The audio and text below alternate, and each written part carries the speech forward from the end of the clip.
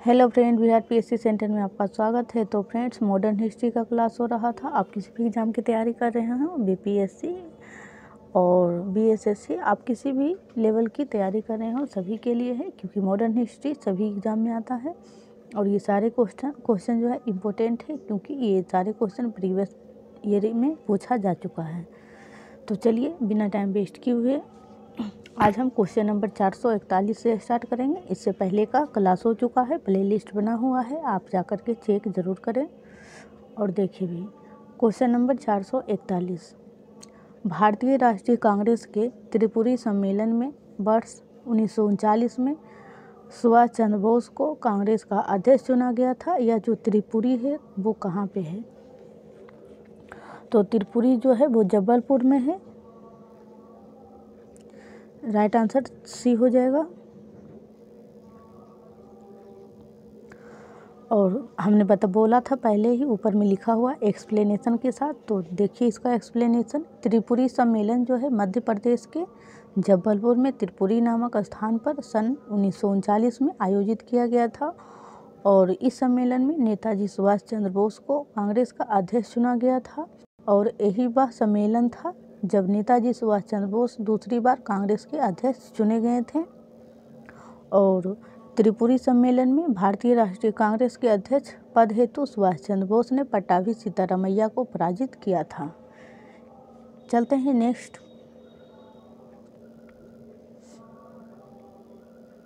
ये भी क्वेश्चन पूछा जाता है कि सुभाष चंद्र बोस ने त्रिपुरी जो अधिवेशन हुआ था उसमें किसको पराजित किया था? तो पट्टाभी सीतारामैया को। क्वेश्चन नंबर 442, जलियांवाला बाग में प्रदर्शन के लिए क्यों लोग जमा हुए थे? तो ये जो दो लोग थे, किचलू और सत्यपाल, इनको गिरफ्तार कर लिया गया था। तो इन्हीं के विरोध में किया गया था। इसका राइट आंसर हो जाएगा बी।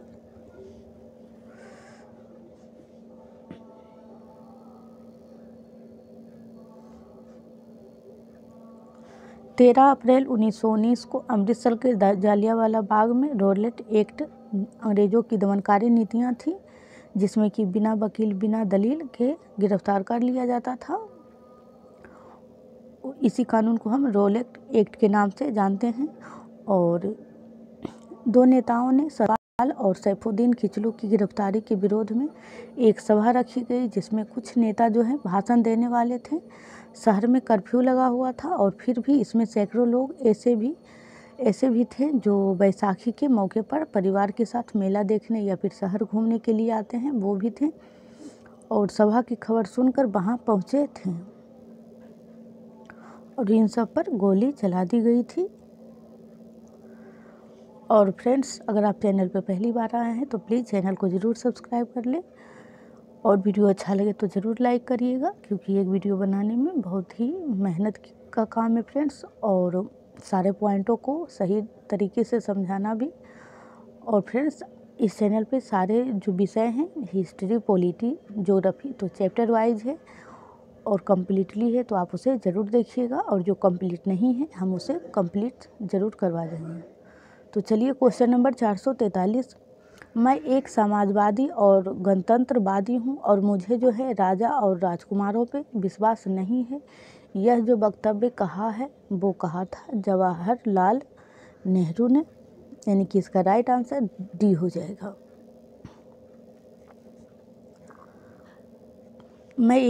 ये वही बात है फ्रेंड्स, तो इसे बार बार रिपीट करने की ज़रूरत नहीं है।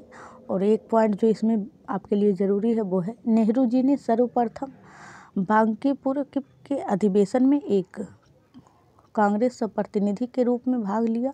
और आर्थिक क्षेत्र में नेहरू समाजवादी थे और उन्होंने आर्थिक आवश्यकताओं पर बल दिया था।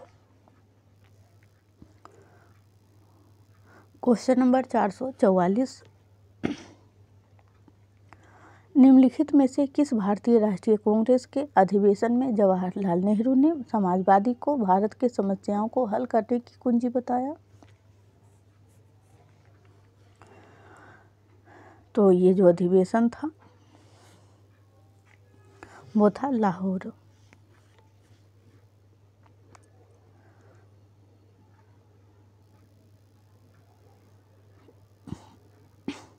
लखनऊ में हुए भारतीय राष्ट्रीय कांग्रेस के 49वें अधिवेशन जो कि 1936 में हुआ था, और जवाहरलाल नेहरू ने समाजवाद को भारत की समस्याओं को हल करने की कुंजी बताया था। लखनऊ में हुए राष्ट्रीय कांग्रेस।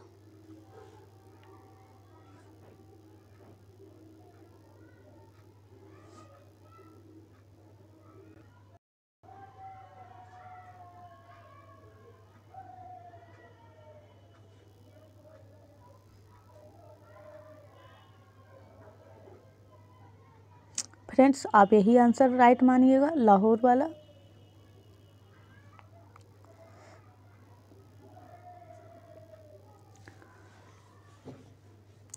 प्रेम पचीसी के रचनाकार थे।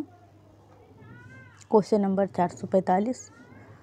प्रेम पचीसी के रचनाकार थे, तो प्रेम पचीसी के जो रचनाकार हो जाएंगे वो हो जाएंगे प्रेमचंद। कोई भी एग्ज़ाम हो फ्रेंड्स, इनके बुक से क्वेश्चन लिया जाता है, क्योंकि प्रेमचंद बहुत ही अच्छे लेखक यानी कि सर्वोच्च श्रेणी के लेखक हैं। प्रेमचंद 31 जुलाई 1880 में इनका जन्म, और अक्टूबर जो है फ्रेंड्स, छोटा डेट आप याद नहीं रखिए, वैसे भी याद नहीं रहता क्योंकि हर डेट याद करना पॉसिबल तो नहीं, इसीलिए 1880 आप याद रखिए जन्म, और मृत्यु 1936। और हिंदी और उर्दू के सर्वाधिक लोकप्रिय उपन्यासकार, कहानीकार और विचारक थे, और उनका जो मूल नाम था वो धनपत राय था, ये जरूर याद रखिए, धनपत राय। और भारतीय उपमहाद्वीप के सबसे यशस्वी लेखक में इनकी गणना होती है, हमने पहले भी बताया था। वे 20वीं शताब्दी के आरंभिक चरण के हिंदी के सबसे अग्रणी लेखक हैं तथा उपन्यास के सम्राट के नाम से प्रसिद्ध हैं। और इनकी कुछ रचनाएं जो हैं इस प्रकार हैं, जैसे सप्त सरोज, नवनिधि, प्रेम पूर्णिमा, प्रेम पचीसी, प्रेम प्रतिभा, प्रेम द्वारदर्शी और समर यात्रा, मान सरोवर इत्यादि। Question number 446। वंदे मातरम गीत लिखा था, तो वंदे मातरम जो गीत लिखा गया था वो बंकिम चंद्र चटर्जी के द्वारा लिखा गया था।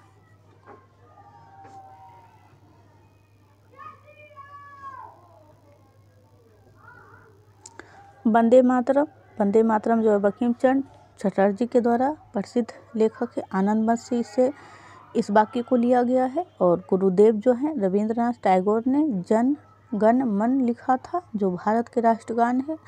और जयशंकर प्रसाद ने हिमाद्री तुंग श्रृंग से नामक राष्ट्रीय गीत की रचना की।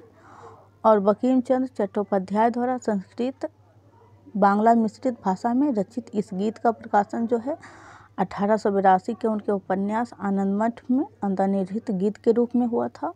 और इस उपन्यास में यह गीत भवनानंद नाम के सन्यासी द्वारा गाया गया था। और इसकी जो धुन है फ्रेंड्स वो यदुनाथ भट्टाचार्य ने बनाई थी। तो इसमें बहुत से पॉइंट इम्पोर्टेंट है, तो आप इसे ज़रूर ध्यान रखिएगा। वंदे मातरम जो लिया गया है वो आनंद मठ से लिया गया है, और इसका प्रकाशन 1882 में हुआ है। और ये जो है फ्रेंड्स वो संस्कृत और बांग्ला दोनों भाषा में मिश्रित थे।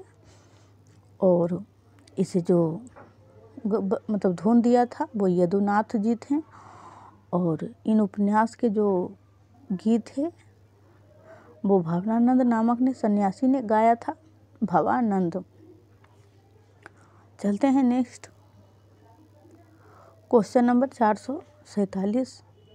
मॉन्टेग्यू चेम्सफोर्ड की रिपोर्ट का आधार बनी। मॉन्टेग्यू चेम्सफोर्ड तो भारत सरकार अधिनियम 1919।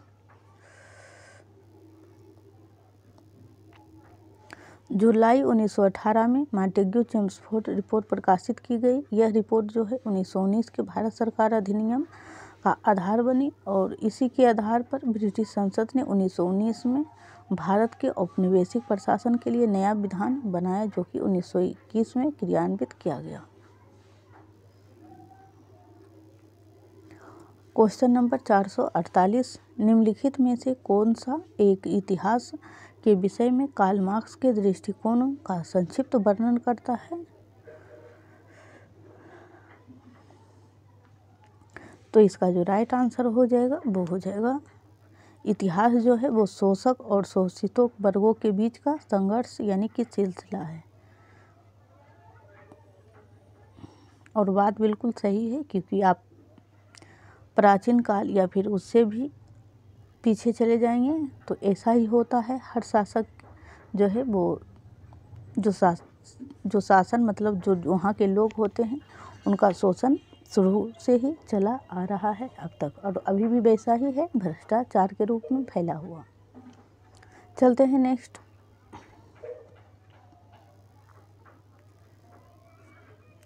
कार्ल मार्क्स 1818 से लेकर 1883 जर्मन दार्शनिक और अर्थशास्त्री, इतिहासकार, राजनीतिक सिद्धांतकार और समाजशास्त्री, यानी कि इनमें बहुत सारे गुण